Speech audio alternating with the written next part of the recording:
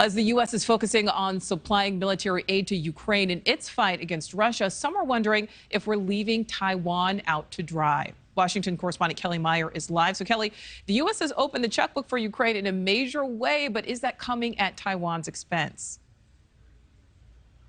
Well, Nichole, American taxpayers have already sent tens of billions of dollars in military aid and weapons into Ukraine to help them fight off the Russian invasion into their country. And now a new report says that a key U.S. ally threatened by communist China, Taiwan, may be shortchanged by that effort.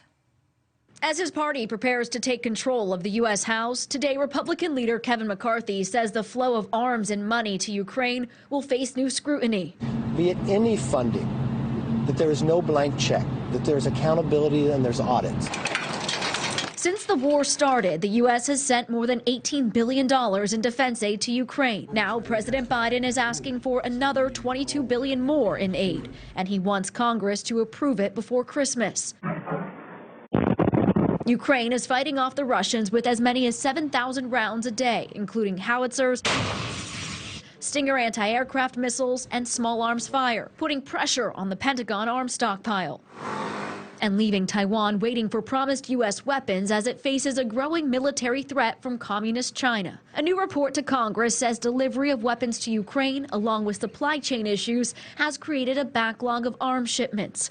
The incoming Republican chairman of the Foreign Affairs Committee, Mike McCall, vows that the new Congress will investigate. In a statement saying, quote, "In some cases, we have more than a 3-year backlog of foreign military sales that I signed off on in my position that have yet to be delivered into Taiwan." U.S. officials are on the record predicting that a Chinese invasion of Taiwan could come as early as 2027. The Navy's top officer going as far as to say it could come this year or next. At the White House, the National Security Council spokesman says the administration is working to get allies all the U.S. arms they've been promised. Is the backlog of arms shipments to Taiwan a result of our stepped-up efforts to send arms to Ukraine?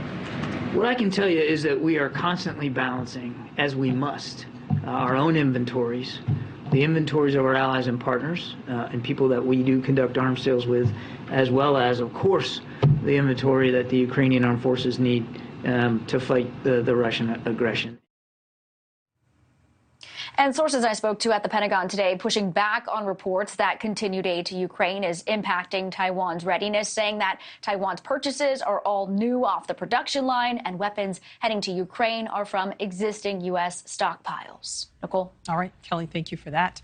Well, thank you for watching. Go to newsnationnow.com to find News Nation on your television provider. And don't forget to click the red subscribe button below to get more of News Nation's fact-driven, unbiased coverage.